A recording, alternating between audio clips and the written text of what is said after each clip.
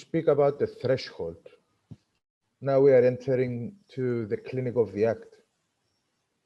So what is this clinic of the act, and how is it different from the practice, the clinic of psychoanalysis that is practicing with structures? And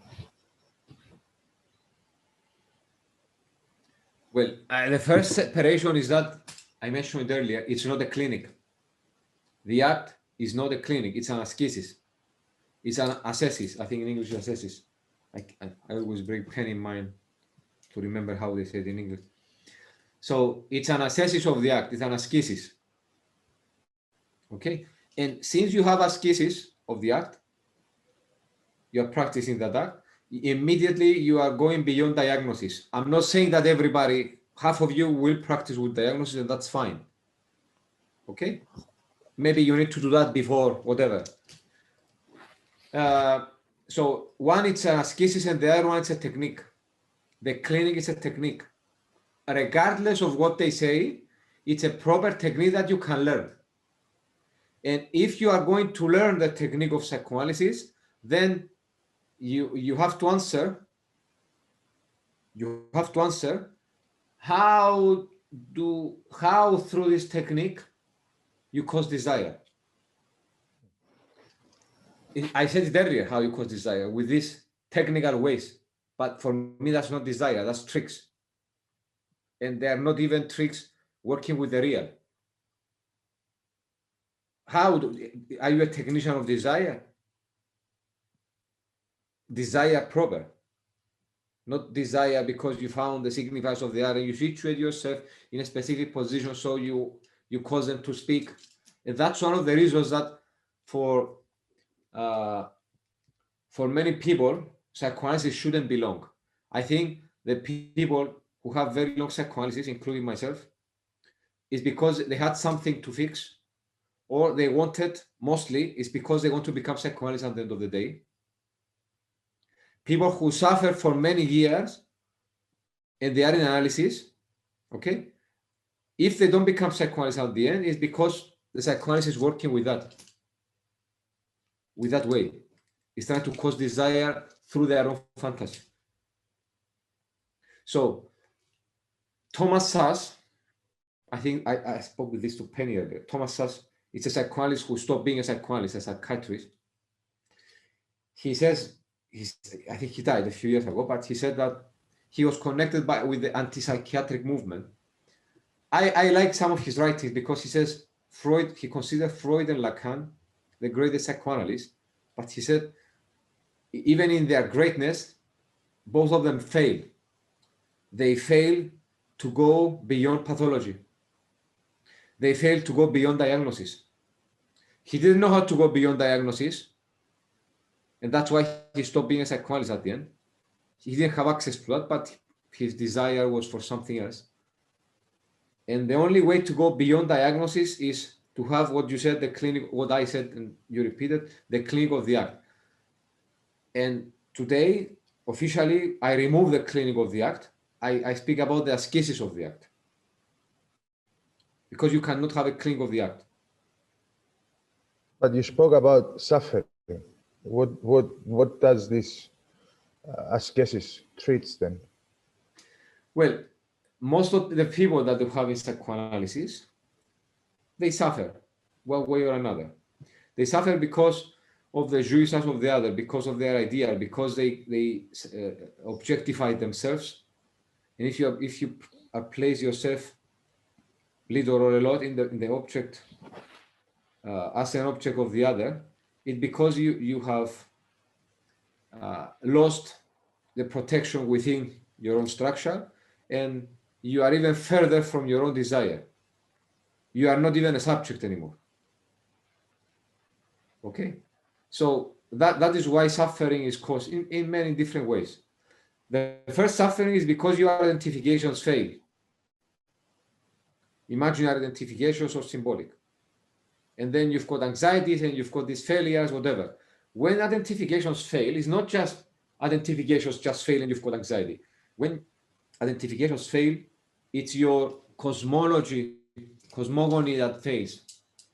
Because those identifications even in practice, some of you are practicing, don't take them separated from the word of the analysis, because they were functioning in that specific word. When they fail, it's the whole word that is failing. So the orientation that we have to give there is to provide this in the ways I said earlier, some of the ways I said earlier, to provide these possibilities of this new space to create a new word, to create a new cosmogony. But the analysants, they will choose if they are going to recreate a position in their own fantasy, or if they want to pass through these thresholds. You mentioned the thresholds. I took that from Lacan. Maybe you saw them in my books. The greatest threshold is when the object A is removed, and then you've got access to the infinite. You don't get lost in the infinite. The infinite becomes real, the unbearable real, when you don't construct. Okay? When you don't do anything with these immersed possibilities, then you are intimidated by the real. And why is becoming real? Because you still have faith in the fantasy. And you are looking at these possibilities by holding on with one hand from that old word of yours. From that, if I want to say it better, from that old body. You don't go beyond your body. You don't go to the non-body. Okay? Of course, you can return to it as long as you have access. You can create it as long as you have access to what you are going to construct in the infinite. If you don't construct it, you cannot connect the two dimensions. Let's call them like that. Okay. So, with regards to the responsibility of the analysant within the session and with an analyst that is practicing, doing psychoanalysis, the assesses of psychoanalysis. So the psychoanalyst, you mentioned previously about the oceanic feeling. So the oceanic feeling is what the analyst is feeling through the session, the experience of the analyst. But how does that oceanic feeling allows the analysant to create? Well, it's a very long question. The oceanic feeling is not that something that you are taught. The oceanic feeling will come with what I said earlier. Becoming an analyst, okay? Your own act. I mean, if you want to be an analyst, you really want to experience the world differently. You don't want to change the whole world, but the experience of the world should be different for you in your own ways, my opinion.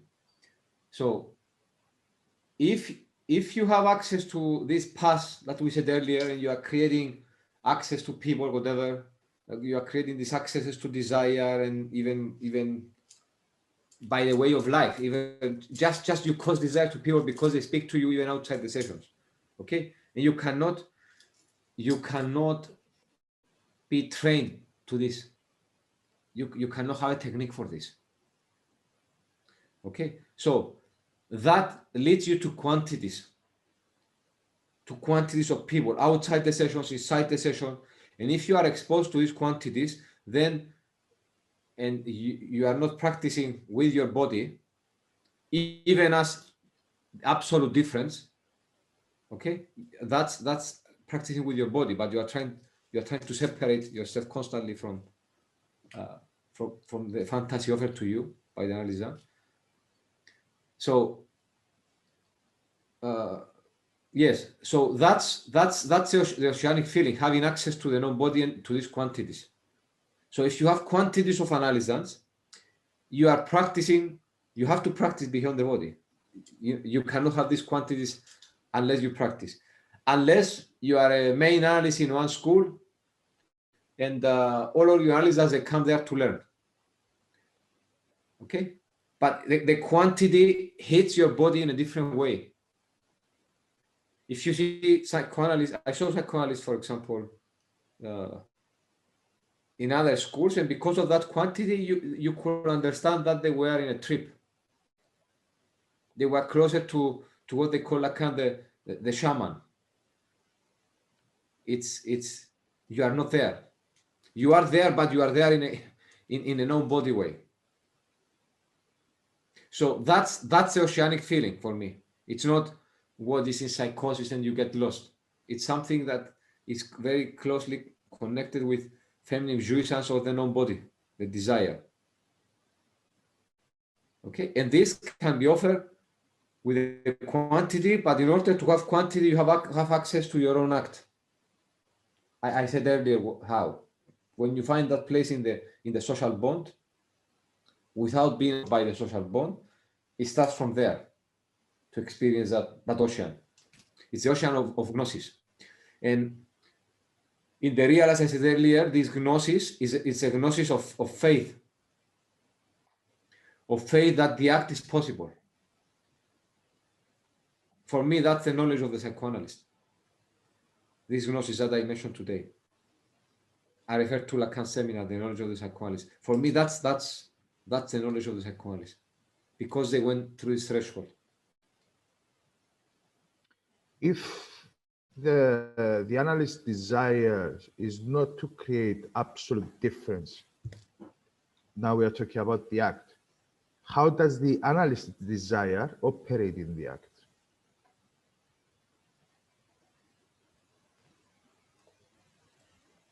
I didn't get the question. If the desire is not... So we have the clinic where the psychoanalyst operates in a way to create absolute difference. So in a way to reorganize the Borromean knot, to offer the possibility of the Sinthome, that reorganization. So how does the analyst's desire function in the act? If you reach what I call the identification with the act, and that's the way to have a body which is a non-body, then you are constantly, either by the practice psychoanalysis or in life, you are approaching life with that. And in this way, you are approaching the sessions. Okay, and it's just the same way. So, because you are into that, what is offered to the analyst is inspiration.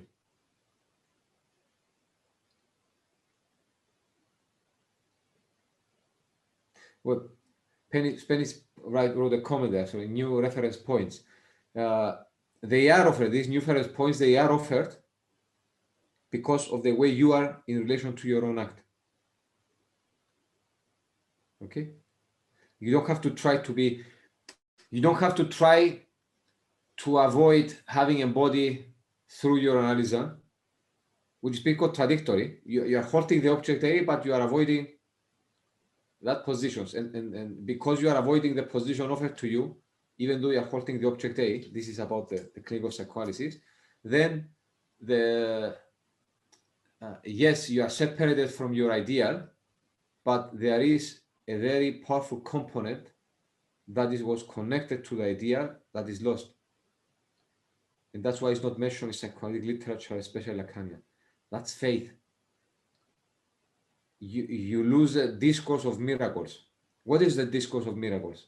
It's the act. I'm not talking about making this sort of magic, but to actually to receive a body by your own act, not through the other. So in practice as psychoanalysts, in the sessions, they are dedicated to their own act. It doesn't matter what the analyst wants to put on them. If you are connected to your own act, whatever, you understand, you don't even need to worry about the transference to the mother, the transference to the father, whatever, because you are elsewhere. You are there, but you are elsewhere. Your body is not there. You don't need to separate your body by holding the object A. And then you can even touch the object A in the sessions. You can go straight on the object A. Because you don't veil it, you don't have it, it's on the analysis, the object A. Okay?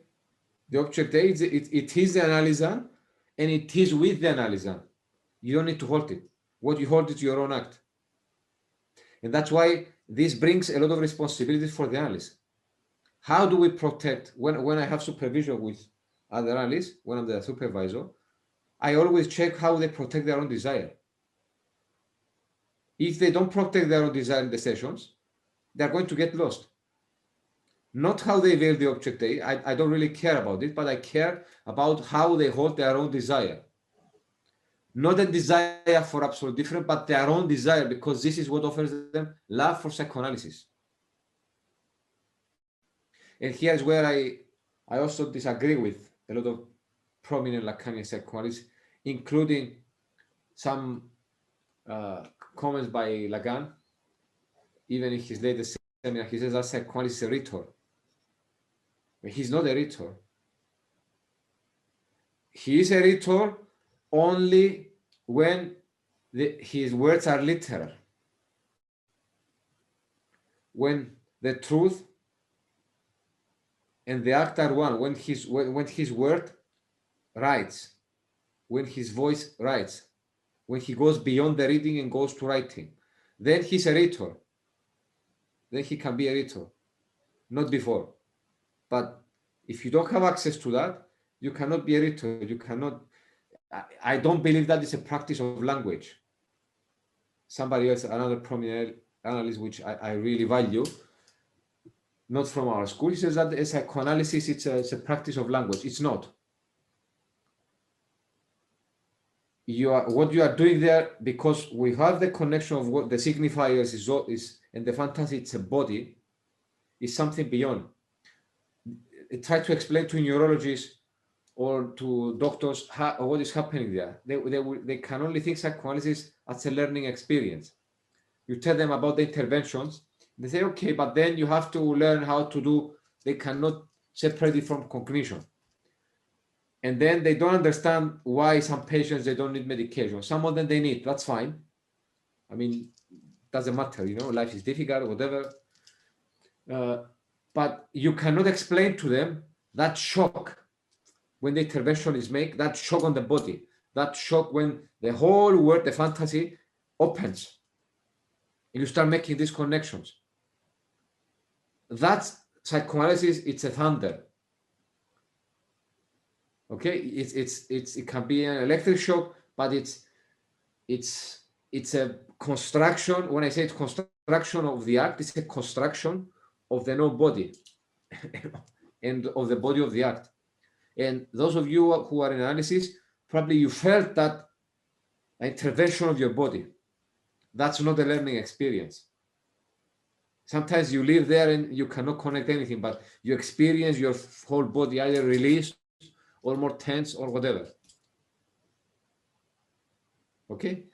In some of my writings, I compared with the exorcism, but this is a better way that I speak today. Okay, it's not a practice of language. It's you are exercising language. So the psychoanalytic, the interventions in the act are beyond language. So the act is pretty much. They're not beyond language. You can go beyond language if you have access to language. You cannot. We don't drop language. The access to this desire I'm speaking, it can be accessed only when there is language. We don't drop language. We do practice with language, but there is something else. It's not a practice of language. Yes, Penny says here the language is the structure. Yes, of course, it's the structure, but the act offers a different structure. Okay. Yes. The language is a structure. Again, think of the feminine jouissance. What is it? It's something beyond the body. If it's beyond the body, it's beyond the signifiers. The signifiers, they give you a body, but what body? A body and its word. The body and the word are connected.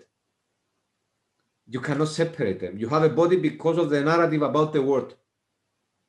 Okay, so if the act, the feminine jouissance offer a jouissance beyond the signifier, beyond the bodies, beyond the signifier, it offers a jouissance that is beyond the morome and not. And if you have a jouissance beyond the morome and not, it means that the act is something that offers you something on the level of the experience of life and death. Okay, and this is Miller's word actually about the act. I speak about the act about apocalypse. What is apocalyptic there? It's when the object A is removed and you are constructing the new Borromean based on the pi, which is pi for the praxis, and pi because it's infinite. Okay, then the knowledge, the apocalyptic, what is there? It's the infinite of the universe, the infinite possibility of construction of life itself. You are not intimidated by real if you see these infinite opportunities, and you've got this construction of your own act. You are intimidated when you see it, but you don't construct anything. You return back to the Borromean knot. To have access beyond language is because you have constructed this act, and it's not something that is permanent. It's like the thunder that I can't mention. It comes. That's why I mentioned the plasma in many of my writings. It comes. It has aschimo. How you say it? Aschimo in English. Not ugly, but aschimo without having a shape, an unshaped shape, and then another thunder has a different shape. Okay, it's a constant recreation. That's why I said the act is perpendicular. It doesn't follow the rhythm of the one by one to represent the subject in their discourse. Okay. Straight lines. Yes, I mentioned that you've got the perpendicular is the access to the straight lines. You don't have access to the straight lines because of the way the drive functions. That's why you have everything's elliptical, because you have to do this circling and then the elliptical move. You can have access to straight lines when the object A is removed and you replace it with the act.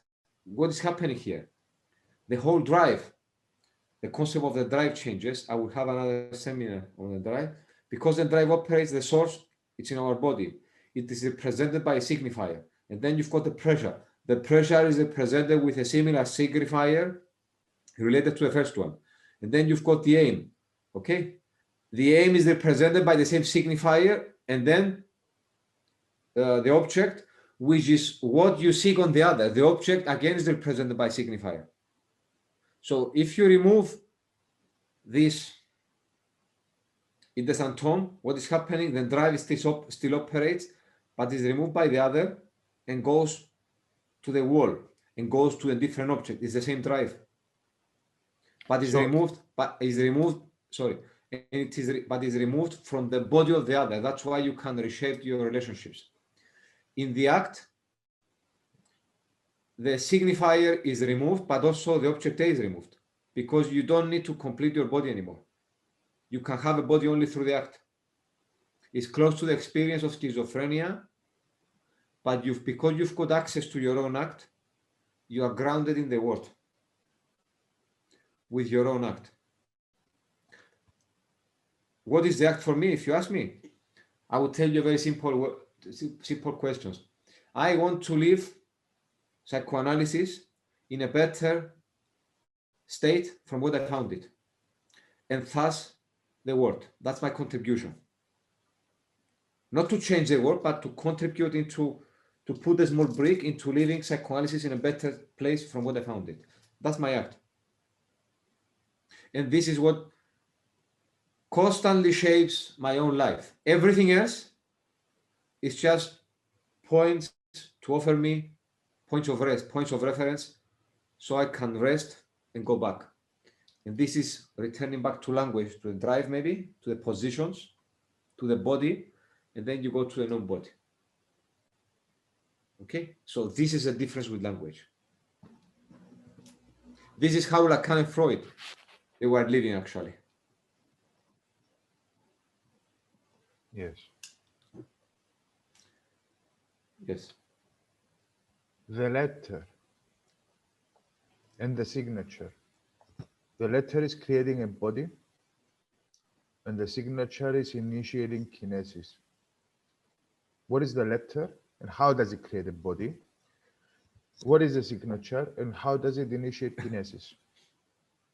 For the letter, you should go and watch Everybody should go and watch Angelos seminar that they are online. I think they are online, and it's the best structured, because I can give you an explanation for the letter.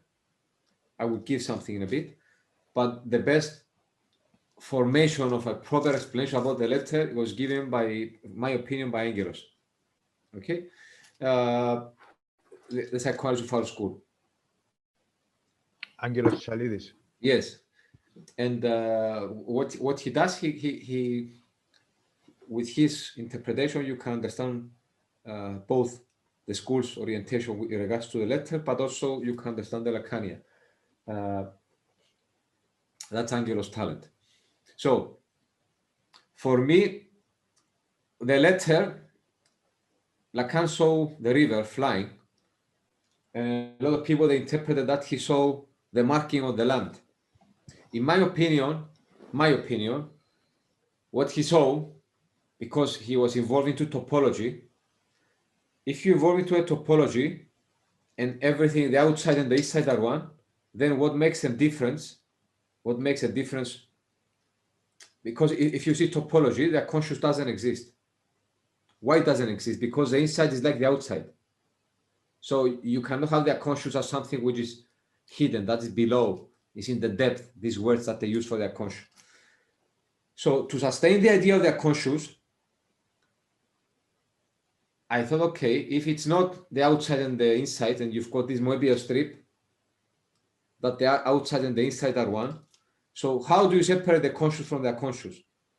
So it came to me that what he said on the river below from the plain, it wasn't the marking on the land, because that marking on your body is done by the master signifier. And that's a lot of people that they speak about the letter, the signifier, they don't understand the difference. They tell you about the marking on the body. It's not the marking on the body. It's a trait. It's something that it's a trait, but it's not marking you. Anyway, read Angelos' quote is better to that, but I will tell you my idea of it. What he saw from above, I believe, it's the movement of the river, in the land. And that movement was trapped in the land. The movement basically was trapped on that body of signifiers. So for me, the letter is the movement trapped within the signifiers. And a lot of people, they speak about desire being there before, because I say desire is something that you construct. It's not, it cannot pre-exist. What is there, it's a movement that is trapped. It's not desire, because to have a desire properly, you have to have an act. Okay? So what you see there, it's a movement that is trapped in the signifier, like a spirit, like a breath that is like a breath, is not a breath, that wants to be released from the signifier and to go and construct its desire. So for me, that's a letter. Okay? The signifier, so not the signifier, the signature that you said, it's that movement where you cannot, it's absolutely released by the signifiers of the other and the desire of the other when the subject creates his own desire. Absolute his own desire, and then you can connect that. It is the first movement of desire is the first powerful movement of desire. It's from the shift from one node of the object A. I mentioned again from the disc thrower, the example of the disc thrower is that zero. It's a movement, but it's captured in the moment that there is zero movement. It's a moment of the shift, that there is no movement there, but that the discourse can go further back to the fantasy or to remove from the fantasy.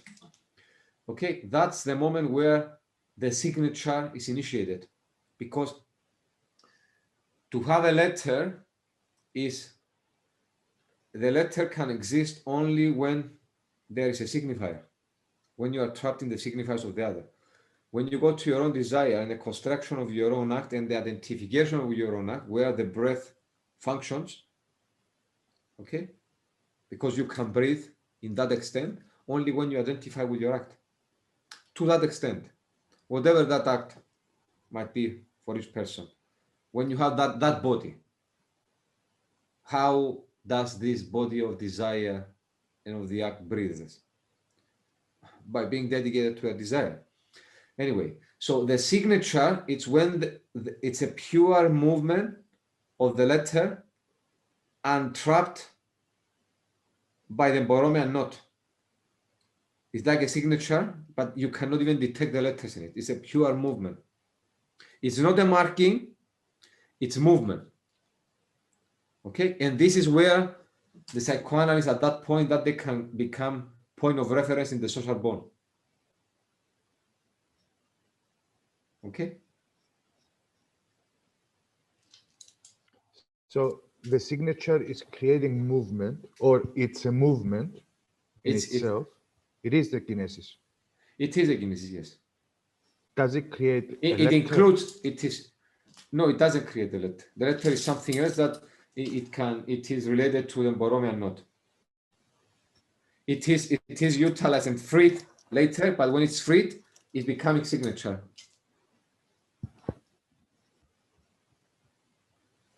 It is trapped in the signifier, this movement, and in the fantasy. I'm not saying that is bad, but it's the first structures of life. If those structures, if we see it practically, these are the first structures of life and the best case scenario. If those fail, then the subject goes and searches for something else, and then they stop where they want to stop. You cannot press them. That's why there are many ways to practice psychoanalysis. It doesn't have to be, we don't idealize now the act. Okay? There are many psychoanalysts that they practice very nicely with technique. Okay? How analysts are formed in the act? So what is the process of the formation then? And is there a testimony of the past? How is this? There are processes in the school of the Freudian Letter, but very simply, when they identify with their act, it's when they start causing desire and they become a point of reference. They become themselves structures in the social bond. When they manage to go to that position, then we believe that they can transmit the orientation. What I say to transmit the orientation, it doesn't mean to transmit what we believe as a school of the Freudian Letter, but to transmit desire. Okay? Thank you very much. I don't have any further questions. I don't know any one of the audience wants to ask any questions. Thank you, Petros, for this interview. Well, you can ask the audience for questions. We will give the floor to the audience, yes. Thank you, Marino.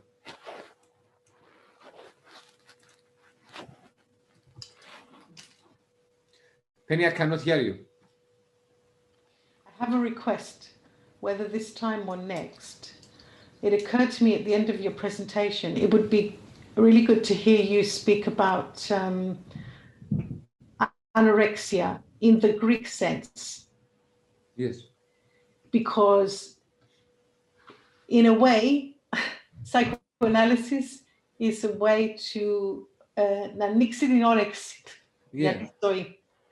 when we suffer, it's because the όρεξη is collapsing, right? Yeah. Ας τα πούμε ομά. Yeah. Right? In a very simple way. Yeah. So the breath, the appetite for life is really to liberate that. And each one has to find their way to their own style to express that. But most of all, how to shake the subject from identifying to their suffering to having the palpitation of life and allowing it to, to lead them. That's it. So it would be interesting to hear you speak about. It can be a good someone if there are scheduled 5 more interviews. Maybe I can make a seminar. People can ask me about it. I have a lot to say, and I have a lot to say actually about the breath. And the way you put it now, it's a palpitation of life. Because if you go to the breath, then your representation of the subject, it doesn't go through being represented through the signifiers and try to identify it, but you are represented through the breath, through the breaths. Okay, there is a continuation of the breath and the perpendicular of the act. That's how you are represented afterwards. If you separate yourself from the signifiers of the other. Okay. Spiros Zenios wants to ask a question. Spiro, you can unmute your microphone. Καλησπέρα. Hello. Βασικά ήθελα να ρωτήσω... English. Ναι. What's the difference, thin line, between schizophrenia and the nobody? That in schizophrenia, or I said earlier, in schizophrenia or any other situation that people choose their not only their symptom but the suffering of their symptom,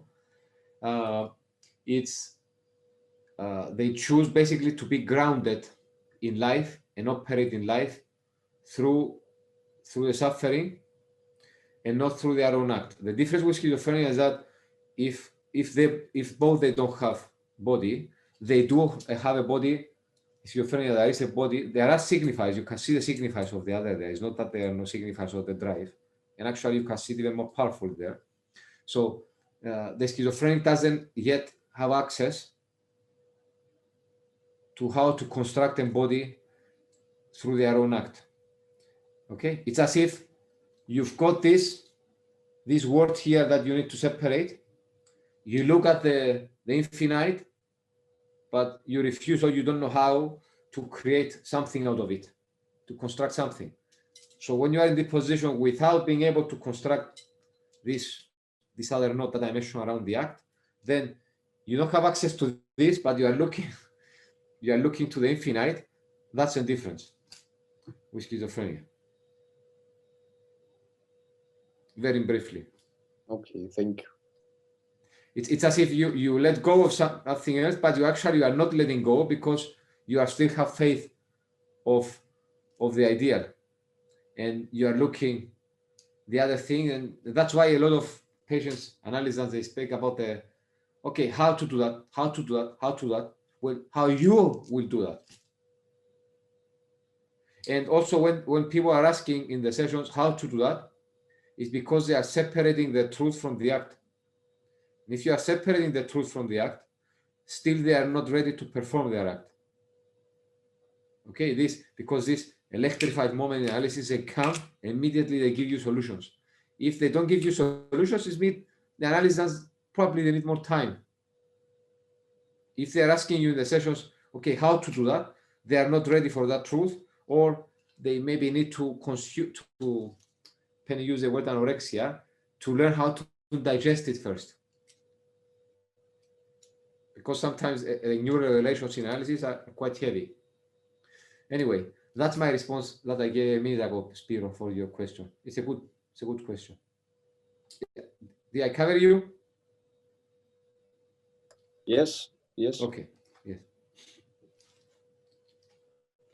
Somebody else?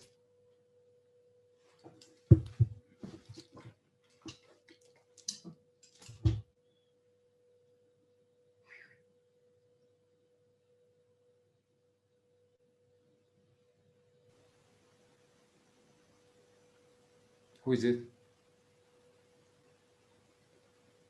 Does anyone have any questions? Any more questions? No. I have a question.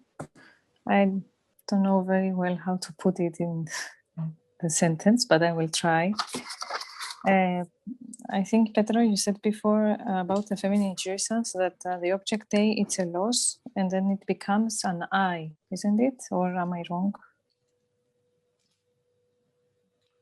It's a loss. You said loss. Yes. I said when the object A becomes an I mean muddy, like this I, Okay, this is what I wanted to. When the object A becomes an I, because it was dropped from its position as an object A. To be an object A, what you see in, this is what you see in persecutory fantasies or whatever, or the people are looking at me. It's, let's say I see you looking at me and I believe that you are following me. It's your eyes I'm looking. So for me to have an object, to be object A, it has to be veiled by a signifier of the fantasy, a signifier of the drive, basically. Okay, because it is an object A because a signifier is attached to it. It's a lost object, but it's a place that's attached to it, a signifier, and that's why the drive, you know. Anyway, we speak more about the drive. So when it stops being an object A, for me, it does not appear, and for me, this changes the concept of anxiety, is when the object A's appear. Lacanians, they look, when you speak about anxiety, they try to find where the object A appears in the sessions. Okay? When the object A is in its proper position as an object A, within a specific place in the fantasy supporting identifications and veiled by a signifier, only then it is an object A. Because it's not an object, it's something that is lost, market. So when it becomes an I, Mati, someone is glaza for the Serbians. Glass. I, how do you say I? Oko. Glass is for the Russians. We don't have Russians. Okay. Sorry, I spent 2 years there. It's okay. I was 26. I was 26. It marked me. Okay. So when you've got the drop of the object A, in the sense that I spoke about it, then you've got the I. Okay, it becomes a bodily function. They see it on the body. Okay, I'm a bit confused because when you remove the object A from the Borromean knot, you said that there we place the praxis, isn't it? You don't remove it. It's the analysis that if they are willing. I mean, yes. If they don't place the that's another difference with the Act Spiro, and also it's a good point for Marinos and Harula. They are working on 2 books, by the way. They will have them finished this year, 2 different books. When the object A is removed by the analysan, it's because the analysan is finding access to the infinite without getting absorbed by that real. And you don't get absorbed by that real because you are able to construct a body, a non-body beyond your body. That's feminine jouissance, something beyond the signifier, basically. And in order to do that, okay, you construct that knot. I think I said to you with triangles, but yes, we speak. I remember. I will make shapes. Maybe one seminar. Let's see. Okay. So in schizophrenia, there is no construction. They don't replace the object Spiro with the pi of the praxis of the act. Okay, and in the when schizophrenia is executed, they create illusions and delusions, and they speak about the body. We speak about the object A because we don't see what they see. But if you hear them, they speak about bodies, about people, even if they don't exist. And sometimes I told you a story that I had a session with a schizophrenic girl, and I went to the door, I make a cut. She was okay with the cut. And I went to the door and I turned to, I opened the door, I turned to her. And when I turned to her, she was already up and coming. When I looked like this and my eyes turned on her body, it's as if I punched her. And she jumped as she was standing, and she jumped and she fell on the couch. It's like this slow motion Japanese movies or Chinese movies that you see with like flying, and then so I realized that it was there, in my eyes. So I was looking, okay, So the object A was not there. If it was there, she would be able to sustain her identifications, because when you think people speak about the object A, they think of it in separation with the drive, in separation with the structure. But in order for emborrowment not to function, you've got to have the object A in a specific position, marked by a signifier. Okay, it doesn't appear. It's when it is. You don't have anxiety, in my opinion, when it appears. It is already there. When it disappears from that position that you've got anxiety, and then it goes, you know, the concept of the I or whatever, it goes somewhere else.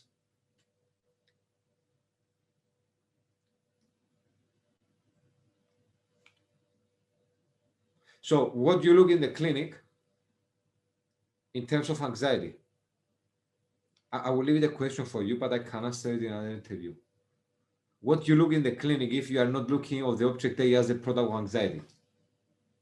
That's another difference between the practice of the ascesis of the act and the clinic of psychoanalysis, or the act, the ascesis of analysis, and the how you call it, the clinic of psychoanalysis. How you look for what produces anxiety in the subject. I'm not going to give you the answer today. Maybe I spoke with Penny, I don't remember, or Angelos, but I can leave it for another interview. I will give it to you as a homework for today. Because whatever we're saying here, we have to connect them with the ascesis, with the practice of analysis. It's not just theoretical bullshit. Okay, I'm not saying that what other people are saying are wrong, but I'm saying about my ascesis.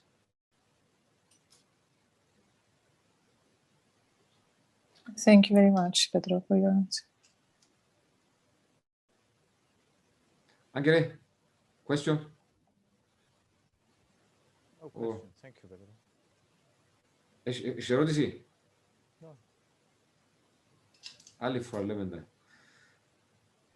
Yes. Okay. If anybody else, if people don't have questions, is there any questions in the chat? Difference. I'm new to Marco. Okay. Okay. Do you want to stop here because I already have my limits of whiskey? If I stay more, I will drink more. That's for my wife. Thank you all for attending, and we will keep you informed on the next seminars and interviews. Thank you very much. Have a good night.